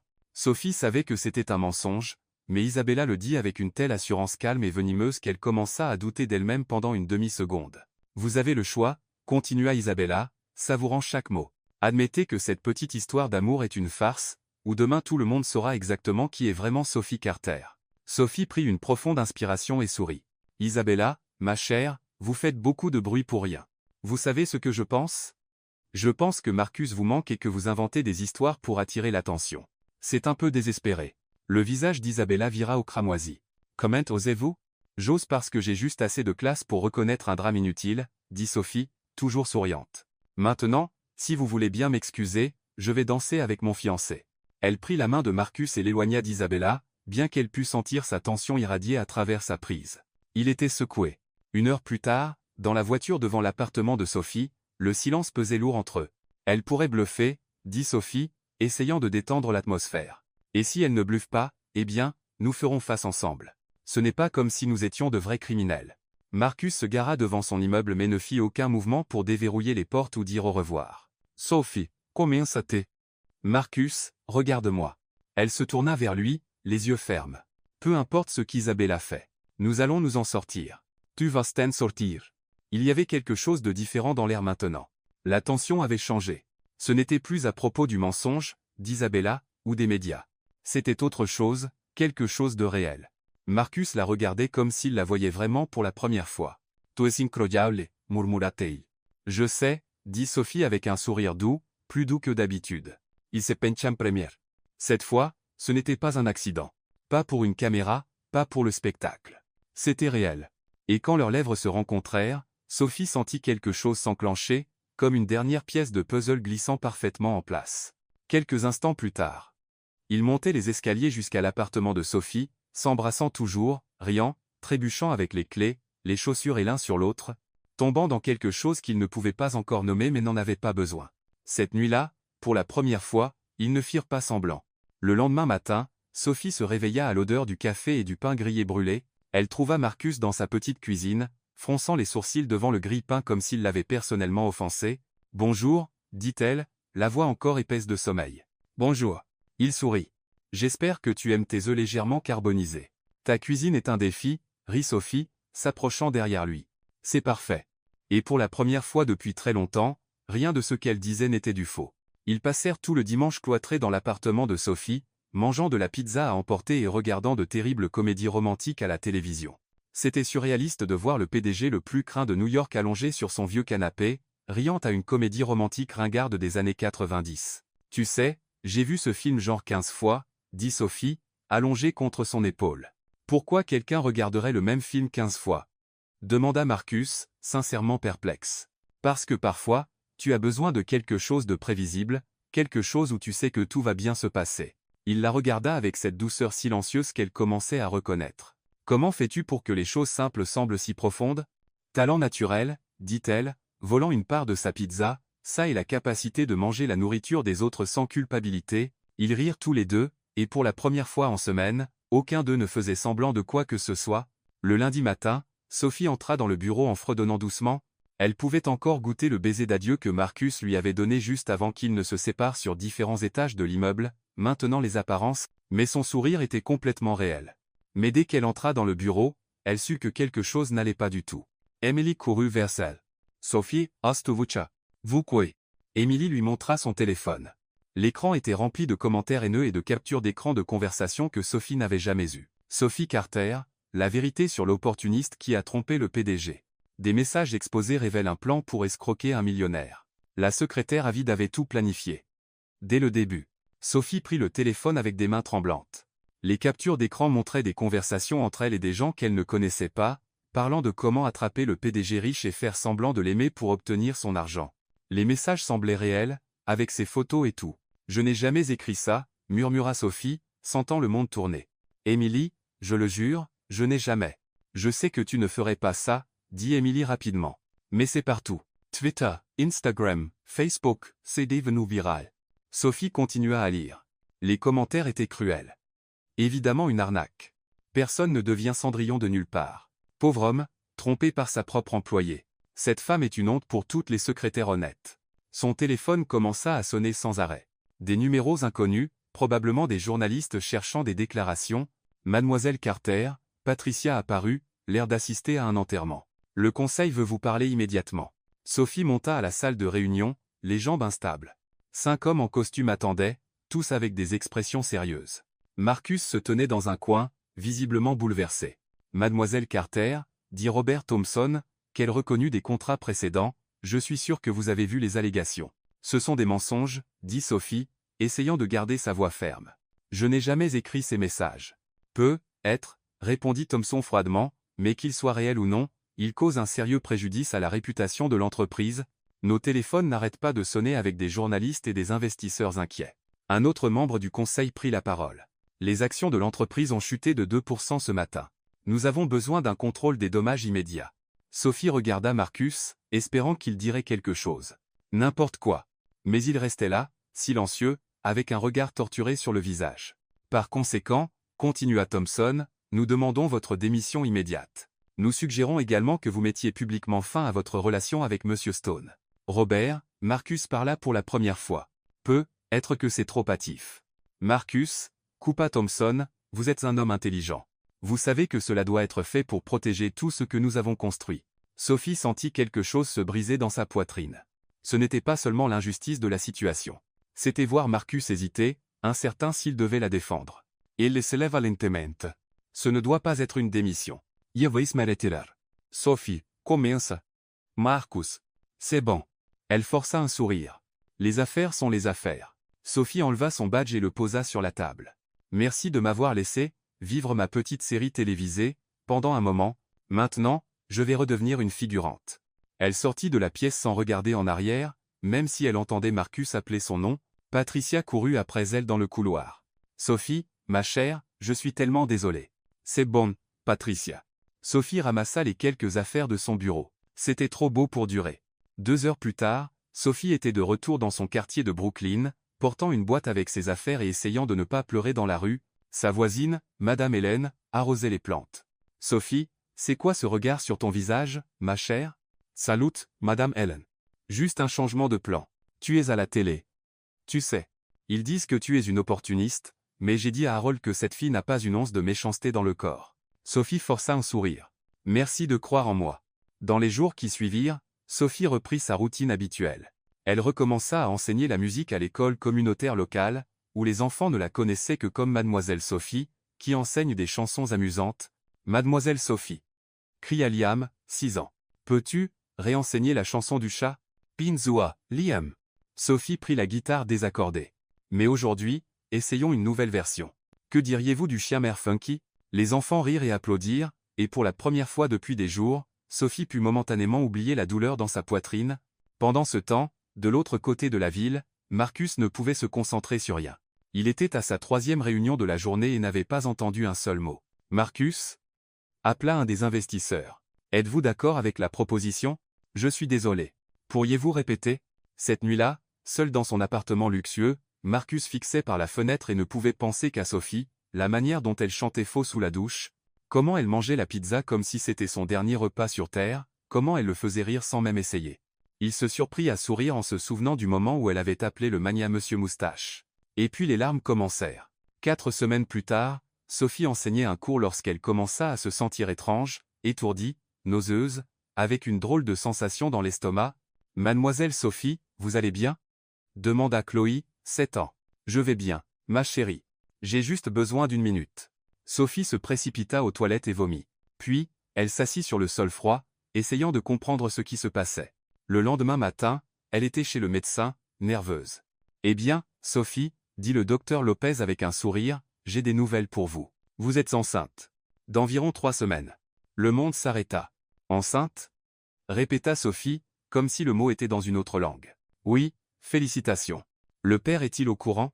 Sophie secoua la tête, encore sous le choc. « Non, je ne vais pas lui dire. »« Pourquoi pas ?» Sophie pensa à Marcus hésitant dans la salle du conseil, à la façon dont il ne l'avait pas défendu, aux commentaires cruels en ligne la traitant d'opportuniste. « Parce que je ne veux pas que quiconque pense que je fais ça pour l'argent. Je vais élever le bébé toute seule. » Le docteur Lopez fronça les sourcils. « Sophie, élever un enfant seul est difficile. Si le père est un homme bien. »« Il l'est, » interrompit Sophie, les larmes coulant enfin. « C'est un homme merveilleux. C'est pourquoi je ne peux pas lui dire. » Passe maintenant. Cette nuit-là, Marcus était chez lui, regardant une photo de Sophie sur son téléphone, la seule qu'il avait sauvegardée, prise lors de la séance photo du magazine. Elle riait à quelque chose qu'il avait dit, et son sourire illuminait toute l'image. Il ferma les yeux et pouvait entendre sa voix chantant. « Votez pour le chat. C'est le roi du moral. Il miaule au Sénat. Il est sensationnel. » Pour la première fois en 20 ans, Marcus Stone pleura. Pas les larmes silencieuses qu'il avait versées quand il avait perdu son frère, mais le regret profond d'avoir laissé l'amour de sa vie partir sans se battre pour elle. Marcus ne pouvait pas dormir. À 4 heures du matin le mardi, il était au bureau, entouré de piles de documents et de 2 tasses de café froid. Il avait passé toute la nuit à faire quelque chose qu'il aurait dû faire des semaines auparavant, enquêter en profondeur sur les accusations contre Sophie. Engager une firme d'investigation numérique avait coûté une petite fortune, mais les résultats valaient chaque centime. Les captures d'écran des messages étaient fausses, savamment fabriquées, mais fausses. Les dates ne correspondaient pas, les métadonnées montraient des signes de falsification, et la piste numérique menait directement à une source, Isabella. Marcus regarda le rapport pour la 10e fois, ressentant un mélange de colère et de soulagement. Sophie était innocente. Elle l'avait toujours été, et il l'avait laissée partir sans la défendre. À 8 heures du matin, Patricia arriva et trouva Marcus toujours là, l'air de ne pas avoir dormi du tout. « Monsieur Stone, avez-vous dormi ici ?»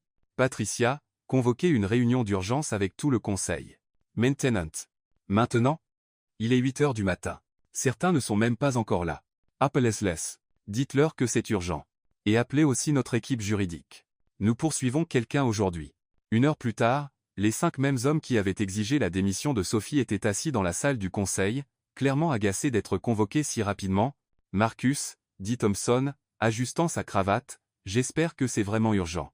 J'ai annulé une réunion importante pour être ici. » Marcus posa un dossier épais sur la table. « Messieurs, nous avons découvert que Sophie Carter est complètement innocente. » Le silence fut immédiat. « Que voulez-vous dire » demanda un autre membre du conseil. Marcus ouvrit le dossier et commença à distribuer des copies du rapport. Les messages étaient faux, créés numériquement par Isabella Hampton, mon ex-petite amie, dans une tentative de ruiner la réputation de Sophie et de nous séparer. Thompson prit le rapport et commença à le feuilleter. Ce sont des preuves substantielles. Ce sont des preuves irréfutables, corrigea Marcus. Vous avez exigé la démission d'une employée innocente sur la base de mensonges élaborés. Plus encore, vous m'avez fait douter de quelqu'un que il hésita, quelqu'un que j'aime. Les membres du conseil échangèrent des regards gênés. Marcus, comprenez notre position, commença Thompson. Les preuves semblaient. Elles semblaient trop commodes pour être remises en question, interrompit Marcus. Et nous avons échoué.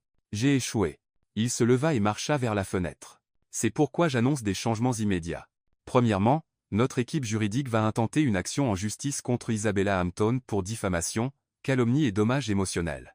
Deuxièmement, Sophie Carter sera réembauchée avec une promotion et une augmentation de salaire significative. Troisièmement, nous mettrons en place de nouvelles politiques pour protéger les employés contre les fausses accusations. Et si elle ne veut pas revenir, demanda un des membres. Marcus sourit pour la première fois en jour. Alors je devrais la convaincre. Cet après-midi-là, Marcus se tenait devant un groupe de reporters dans la salle de presse de l'entreprise. Patricia avait réussi à organiser une conférence de presse en un temps record. Mesdames et messieurs de la presse, commença Marcus, étonnamment calme, j'ai convoqué cette conférence pour clarifier certaines informations incorrectes qui ont récemment circulé. Les flashs des appareils photo crépitèrent pendant qu'il parlait. Sophie Carter, qui a été injustement accusée d'être une opportuniste, est totalement innocente. Les prétendues preuves contre elle ont été fabriquées, et nous avons maintenant des preuves concluantes à cet effet. Une journaliste leva la main. Monsieur Stone, cela signifie-t-il que votre relation est réelle? Marcus prit une profonde inspiration. C'était maintenant ou jamais. Sophie Carter n'est pas une fraude. C'est la personne la plus authentique que j'ai jamais rencontrée. Elle est drôle, intelligente, courageuse et possède la rare capacité de faire sourire n'importe qui, même dans leurs pires jours. Il marqua une pause, repensant à toutes les fois où Sophie avait illuminé son monde. C'est la seule personne qui m'a fait vraiment sourire ces 20 dernières années. Et oui, je suis complètement amoureux d'elle. Un brouhaha immédiat éclata parmi les journalistes. Marcus continua. Si elle me pardonne de l'avoir douté, j'ai l'intention de passer le reste de ma vie à lui prouver à quel point elle compte pour moi. La conférence de presse fit la une de toutes les chaînes d'information de New York en quelques heures. Pendant ce temps, Sophie était à l'école communautaire Esperanza, essayant d'enseigner à un groupe d'enfants hyperactifs à jouer du xylophone. Le bruit était assourdissant, mais au moins, il couvrait ses pensées. « Mademoiselle Sophie, cria Ava, 5 ans, pouvez-vous rechanter la chanson du chat politique ?»« Bien sûr, ma chérie. » Sophie força un sourire. « Mais essayons une version plus calme aujourd'hui. Mon estomac ne va pas très bien. » En réalité, les nausées matinales s'étaient transformées en nausées toute la journée, et Sophie commençait à s'inquiéter de pouvoir garder son emploi si elle devait courir aux toilettes toutes les 2 heures. Madame Grace, la directrice de l'école, apparut à la porte. « Sophie, ma chère, vous avez un appel au bureau. » Sophie se rendit dans le petit bureau encombré de Madame Grace, se demandant qui cela pouvait être. Peut être le médecin avec des résultats de test. « Bonjour, Sophie. C'est moi. Émilie. »« Émilie ?» Sophie s'illumina en entendant la voix de son ancienne collègue. « Comment as-tu eu mon numéro ?» J'ai demandé à Patricia. « Sophie, as-tu vu la conférence de presse ?»« Quelle conférence de presse ?» Il y eut une pause à l'autre bout de la ligne. « Marcus a tenu une conférence de presse aujourd'hui. Il a dit que tu étais innocente, que les messages étaient faux, et il a dit qu'il t'aimait devant toute la presse. » Les jambes de Sophie flageolèrent. « Il a dit quoi ? C'est sur toutes les chaînes. Il t'a défendu publiquement. Il a poursuivi son ex, et il a pratiquement déclaré son amour éternel à la télévision nationale. » Sophie s'effondra lourdement sur la chaise de Madame Grace. « Émilie, je dois y aller. Merci de m'avoir appelé. »« Sophie !» Attends. Mais Sophie avait déjà raccroché. Elle resta assise dans le bureau silencieux, essayant de digérer ce qu'elle venait d'entendre. Marcus avait déclaré son amour publiquement. Il avait risqué son image, son entreprise, tout pour elle. Et elle était enceinte de son enfant et ne pouvait pas lui dire. Une heure plus tard, Marcus conduisait dans les rues de Brooklyn pour la première fois de sa vie. Le GPS l'avait conduit dans un quartier qu'il ne connaissait que par les rapports de charité de l'entreprise. L'école communautaire Esperanza était un bâtiment bas et simple, avec une aire de jeu vieillotte dans la cour et un mur de façade qui aurait besoin d'un coup de peinture. Marcus se gara et resta dans la voiture quelques minutes, observant.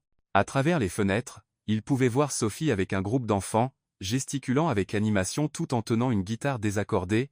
Elle chantait, bien sûr.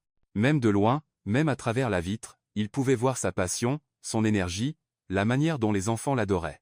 Il sortit de la voiture et s'approcha de la fenêtre.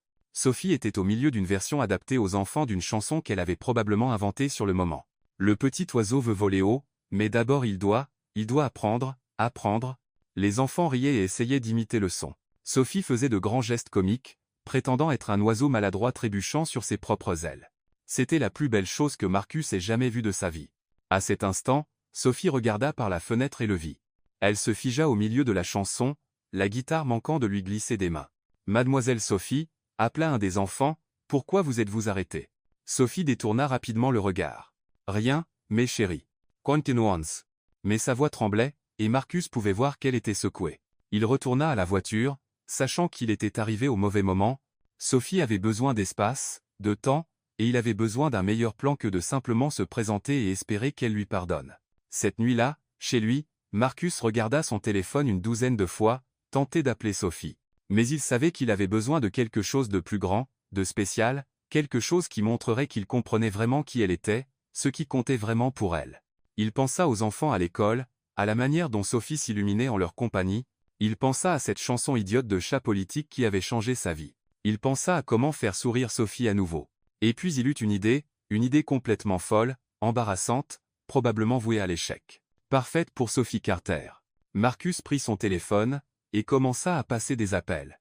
Il avait un grand geste à planifier et seulement 24 heures pour tout mettre en place. « Patricia » dit-il quand elle répondit, « J'ai besoin que vous me trouviez un costume. » Oui, un costume, et un système de son portable, et être des cours de chant d'urgence. « Monsieur Stone, vous allez bien » Marcus sourit, imaginant l'expression que ferait Sophie le lendemain. « Je vais bien, Patricia. Pour la première fois depuis longtemps, je vais bien. » Demain, il allait reconquérir l'amour de sa vie, même si cela signifiait se ridiculiser devant toute une école. Pour Sophie, ça en valait la peine. Le lendemain matin, Sophie arriva à l'école communautaire Esperanza, encore absorbée par l'image de Marcus debout dehors. Il semblait tellement déplacé dans ce quartier, avec son costume coûteux et sa voiture importée, comme un prince perdu dans un conte de fées. « Mademoiselle Sophie » cria Liam, courant vers elle dès qu'elle entra dans la classe. « Allez-vous nous apprendre une nouvelle chanson aujourd'hui ?»« Bien sûr, mon chéri, » dit Sophie, essayant de repousser les pensées de Marcus. « Et si on inventait une chanson sur des dinosaures dansants ?» Les enfants applaudirent. Ils étaient 12, âgés de 5 à 8 ans, tous issus de familles ouvrières du quartier. Sophie était tombée amoureuse de chacun d'eux. « Des dinosaures dansants ?»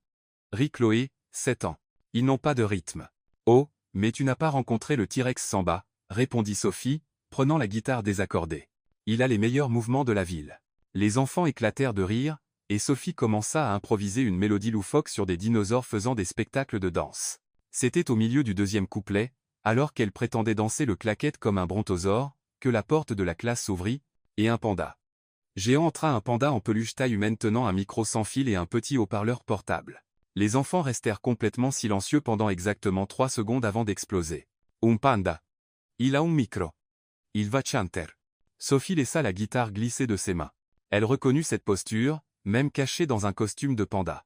Elle reconnut sa démarche, même en essayant d'imiter un ours maladroit. « Marcus » murmura-t-elle, incrédule. Le panda fit un petit coucou timide et alluma le micro. Quand il parla, sa voix sortit étouffée à travers la tête du costume. « Salut, les enfants. Je suis le panda de l'amour. Je suis ici pour chanter une chanson très spéciale pour une personne très spéciale. » Liam leva la main. « Monsieur Panda, vous avez l'air nerveux. »« Je suis très nerveux, » admit Marcus, et Sophie dut retenir un rire, parce que la personne à qui je chante est la plus incroyable au monde, et j'ai tout gâché avec elle. Le panda se tourna vers Sophie, qui restait là, stupéfaite. « Sophie, s'il te plaît, pardonne-moi de t'avoir laissé partir. Je ne sais être pas chanter, mais je sais que la seule chanson qui a du sens maintenant, c'est toi. » Sophie sentit ses yeux se remplir de larmes. Il était vraiment là, déguisé en panda, devant une douzaine d'enfants, prêts à se ridiculiser pour elle. Marcus, comienza TL. Panda de l'amour. Corrigea Ava avec excitation. Marcus s'éclaircit la gorge et commença à chanter. À l'horreur et au ravissement de Sophie, c'était exactement la chanson qu'elle avait chantée le premier jour de travail. Votez pour le chat. C'est le roi du moral. Il miaule au Sénat. Il est sensationnel. Sa voix était totalement fausse. Il se trompa 2 fois dans les paroles, trébucha sur les pieds du costume de panda, et à un moment, manqua de renverser le micro, mais il continua à chanter avec une détermination touchante. « Tu chantes sérieusement ma chanson Brega Funk inventée ?» demanda Sophie, riant et pleurant en même temps. « Oui, » répondit Marcus, encore plus faux. « Et je continuerai à la chanter autant de fois qu'il faudra jusqu'à ce que tu me pardonnes. » Les enfants étaient extatiques, applaudissant en rythme et essayant de chanter avec lui. Chloé cria, « Mademoiselle Sophie, votre ami panda chante plus mal que vous. » Et, protesta Sophie, « Je chante magnifiquement. » Non, pas du tout. Dirent tous les enfants en chœur, faisant rire Marcus à l'intérieur du costume. Quand il finit la chanson, Marcus éteignit le micro et, avec un certain effort, enleva la tête du panda. Ses cheveux étaient en désordre, son visage rouge de chaleur et d'effort. Puis, toujours vêtu du reste du costume de panda, il s'agenouilla devant Sophie. « Sophie Carter, dit-il, la voix tremblante d'émotion, veux-tu m'épouser pour de vrai? Pas de contrat, pas de mensonge, pas de jeu, juste de l'amour. Un amour véritable, celui qui donne envie de chanter des chansons sur des chats politiques pour le reste de ma vie. » La pièce devint complètement silencieuse. Même les enfants semblaient comprendre l'importance du moment. Sophie le regarda, cet homme qui avait abandonné toute sa dignité corporative pour venir ici, déguisé en panda, chantant faux devant une classe pleine d'enfants. « Seulement si tu chantes le refrain avec moi, dit-elle, essayant de ne pas rire, et que tu fais rimer mon nom avec spaghettis. » Marcus paniqua une seconde. Faire rimer Sophie avec spaghetti? C'est impossible. Alors tu devras être créatif, répondit Sophie, croisant les bras. Marcus prit une profonde inspiration et commença à improviser, toujours à genoux. Sophie, tu es meilleure que des spaghettis. Ton sourire me fait sentir, comme des confettis. Les enfants rirent si fort que Liam tomba de sa chaise. Sophie ne put plus se retenir. Elle se mit à rire et à pleurer en même temps, puis courut embrasser Marcus, qui était toujours agenouillé sur le sol dans le costume de panda. Tu es complètement fou, dit-elle, embrassant sa joue. Fou de toi, répondit-il, la tenant comme si elle pouvait disparaître. Les enfants les entourèrent, sautant et criant. Ils vont se marier. Le panda est notre ami maintenant. Mademoiselle Sophie, c'est votre petit ami panda? Liam tira sur la manche du costume de Marcus. Monsieur Panda, êtes-vous vraiment fou? Marcus regarda Sophie, rayonnante dans ses bras. Je suis fou amoureux de cette femme incroyable. Sophie sourit et murmura à son oreille. Pour info, tu chantes affreusement. Je sais. Je vais devoir engager un coach vocal. Tu n'en as pas besoin. Elle embrassa à nouveau sa joue. Jag met voix fausse. C'est authentique. Awalea la main. Mademoiselle Sophie, allez-vous chanter dans notre spectacle de fin d'année? Sophie et Marcus se regardèrent. Je pense que monsieur Marcus a d'autres engagements, ma chérie. En fait, dit Marcus, se surprenant lui-même, j'adorais chanter dans votre spectacle. Les enfants applaudirent à nouveau, et Madame Grace, la directrice, apparut à la porte pour voir d'où venait tout ce bruit. Sophie, ma chère, qu'est-ce qu'elle s'arrêta en voyant Marcus au milieu de la pièce, encore à moitié vêtu d'un costume de panda. Tout va bien ici? Madame Grace, voici Marcus, dit Sophie, essayant de rester composée. Marcus, voici Madame Grace, notre directrice. Marcus tenta de se lever avec un peu de dignité, ce qui n'était pas facile étant donné qu'il portait encore la moitié inférieure du costume de panda. Enchanté de vous rencontrer. Je donnais une performance musicale aux enfants. Madame Grace le regarda, puis Sophie, puis les enfants excités. Eh bien, c'était certainement mémorable. 15 minutes plus tard, Sophie et Marcus sortirent de l'école main dans la main. Marcus avait réussi à se débarrasser du costume et ressemblait à nouveau à un être humain normal, bien que ses cheveux soient encore en désordre. Tu sais que ça va être le sujet de conversation de l'école pendant au moins 1 an, dit Sophie. Je peux vivre avec ça, répondit Marcus, serrant sa main. Je peux vivre avec n'importe quoi, tant que je suis avec toi. Ils s'arrêtèrent près de la voiture de Marcus, aucun des deux ne voulant briser l'instant. Je promets de sourire tous les jours, dit soudain Marcus, même si c'est juste pour t'embêter. Sophie rit, et le tira plus près. Et je promets de continuer à chanter faux, juste pour te faire rire. Ils s'embrassèrent là, sur le trottoir devant l'école, avec quelques enfants regardant par les fenêtres et faisant des ouh. Quand ils se séparèrent, Sophie tint son visage entre ses mains. Marcus Stone, tu es l'homme le plus fou, le plus beau, le plus faux que j'ai jamais rencontré, et je suis follement amoureuse de toi. Je t'aime aussi, répondit-il, Plus que je n'ai jamais pensé qu'il était possible d'aimer quelqu'un. Ils montèrent dans la voiture, et Marcus démarra le moteur. Il sortait juste quand Sophie soupira. « Oh, avant que j'oublie, on va avoir besoin d'une voiture plus grande. » Marcus fronça les sourcils, concentré sur la circulation. « Que veux-tu dire ? Cette voiture a largement assez de place pour deux. » Sophie prit une profonde inspiration. C'était maintenant ou jamais. Parce que je suis enceinte. Marcus freina si fort que la voiture derrière klaxonna de frustration. « Tu es quoi ? In Zente. 4 semaines et demie, pour être exact. » Marcus se gara immédiatement dans le premier emplacement qu'il vit, qui se trouvait être devant une confiserie. Il resta là, agrippant le volant, essayant de digérer la nouvelle. « Enceinte » répéta-t-il, comme si le mot était dans une autre langue. « Et avant que tu ne poses la question, » continua Sophie rapidement, « oui, c'est de toi. Et non, je n'allais pas te le dire parce que je ne voulais pas que quiconque pense que j'essayais de te piéger après tout ce drame avec Isabella. Mais maintenant que tu es apparu à mon école déguisé en panda, chantant une chanson sur un chat, j'ai un peu changé d'avis sur le fait de le cacher. » Marcus la fixa. « Tu allais élever notre enfant seul ? Infants, corrigia Sophie nervousement. Ce sont des jumeaux. » L'expression de Marcus était impayable. Ses yeux s'élargirent, sa bouche s'ouvrit, et il se pencha lentement en arrière dans son siège comme s'il s'évanouissait au ralenti. « Des jumeaux, murmura-t-il. 2 bébés. 2 petites personnes qui vont chanter faux comme leur mère. » Et, protesta Sophie, mais elle souriait. Marcus se redressa soudainement et attira Sophie dans un baiser passionné. « C'est incroyable. C'est le plus beau cadeau que j'ai jamais reçu. Mieux que n'importe quel contrat, n'importe quel accord, n'importe quoi. » « Vraiment ? » demanda Sophie, soulagée. « Sophie, j'ai passé 20 ans sans sourire, sans ressentir une véritable joie. Tu m'as non seulement fait sourire à nouveau, mais maintenant tu me donnes 2 raisons de plus de sourire chaque jour. » Il embrassa son ventre encore plate. « Salut, bébé, je suis votre papa, et vous avez la maman la plus incroyable du monde. » Sophie rit, des larmes coulant sur ses joues. « Es-tu sûr d'être prêt pour 2 bébés qui vont probablement hériter de mon talent pour créer le chaos ? » Marcus tint. Sans visage. « Sophie, j'ai affronté des salles de conseil hostiles, des investisseurs difficiles et Isabella Hampton. 2 bébés ne peuvent pas être plus difficiles que ça. Tu ne connais pas la génétique de la famille Carter, répondit Sophie. Nous sommes des fauteurs de troubles depuis la naissance. » Marcus rit. Et l'embrassa à nouveau. « Alors ce sera une aventure, et j'ai hâte de commencer. » Une semaine plus tard, Sophie se tenait au milieu du salon de Marcus, entourée de cartons, et se demandait comment elle avait réussi à accumuler autant d'affaires dans un si petit appartement. « Marcus, cria-t-elle, pourquoi as-tu 15 télécommandes ? » Sa voix vint de la cuisine. « Chaque appareil a sa propre télécommande. »« Pourquoi as-tu besoin d'une télécommande dédiée pour le chauffe-serviette ? » demanda Sophie, tenant une télécommande noire élégante qui semblait pouvoir lancer une fusée. « 2 serviettes chaudes, » répondit Marcus, comme si c'était la chose la plus évidente au monde. Sophie secoua la tête, riant. 3 jours à vivre dans le pantouse de Marcus, et elle découvrait encore des gadgets dont elle ignorait l'existence. « Marcus, as-tu vu ma brosse à dents ? » appela Théil, émergeant de la cuisine avec de la farine sur le nez. La bleue est dans la salle de bain principale, la blanche est dans la salle de bain des invités, et l'électrique est en charge près de la cafetière, répondit Sophie sans lever les yeux de déballage d'un carton de ses livres. Marcus s'arrêta, la fixant. « Comment es-tu plus organisé dans ma maison que moi ?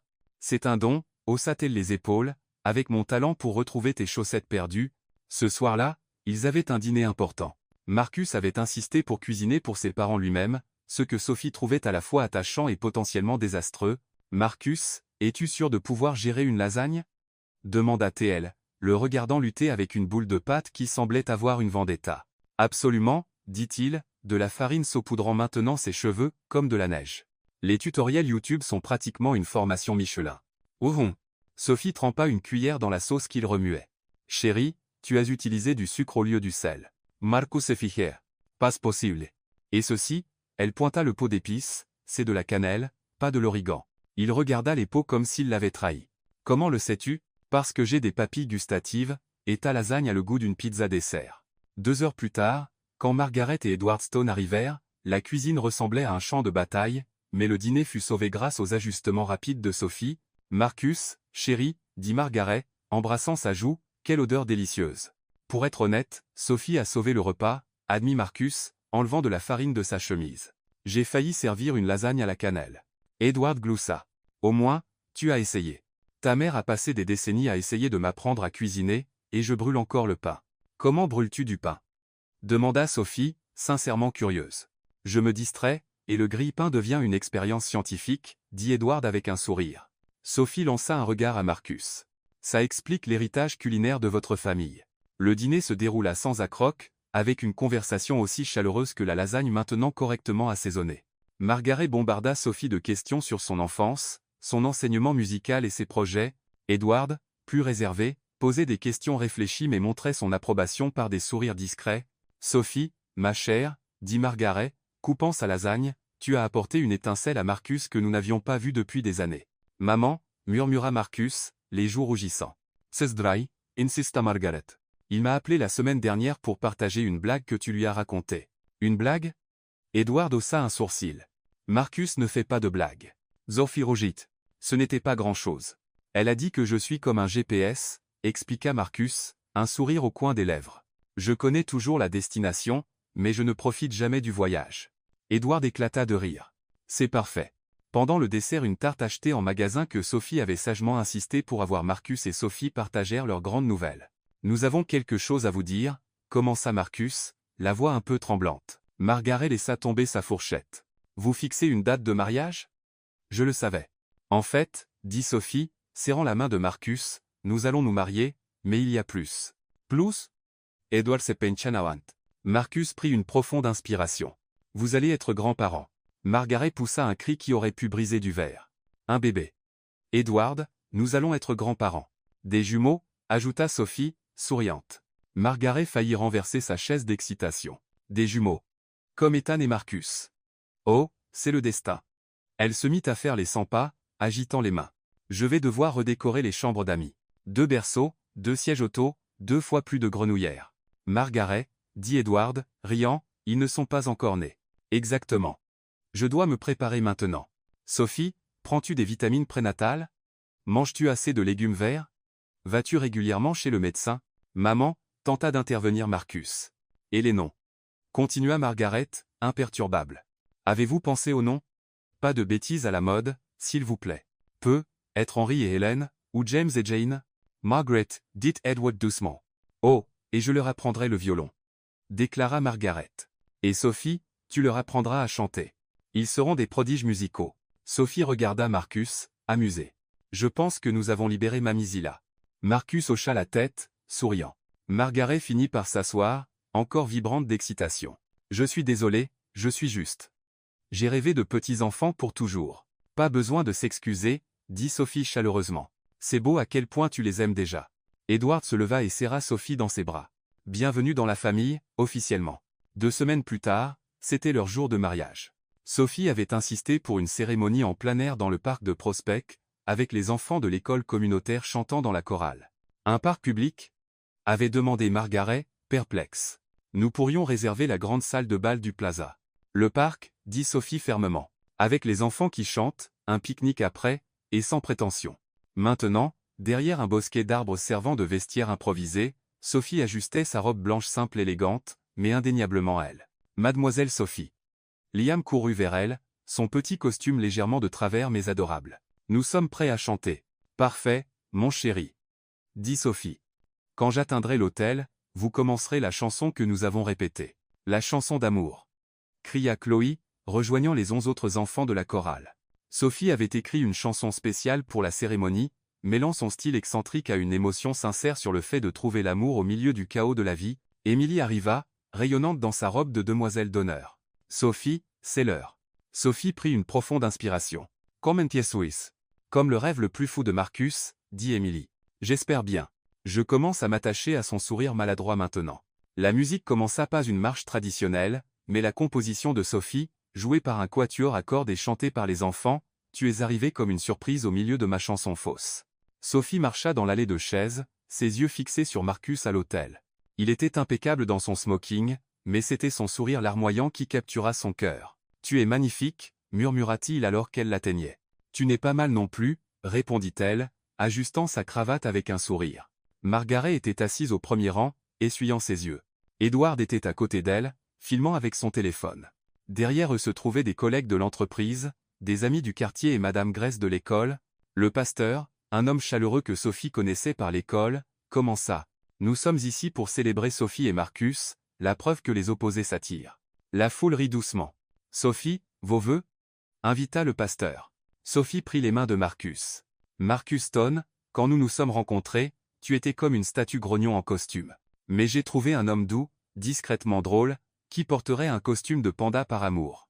Des rires parcoururent les invités. Je promets de te chanter jusqu'à ce que nous soyons vieux et grinçants, même si ma voix ressemble à une imprimante mourante. Je te ferai rire tous les jours, même si c'est à cause de mes désastres culinaires. Et je t'aimerai tel que tu es moitié robot, entièrement merveilleux. Les yeux de Marcus brillaient.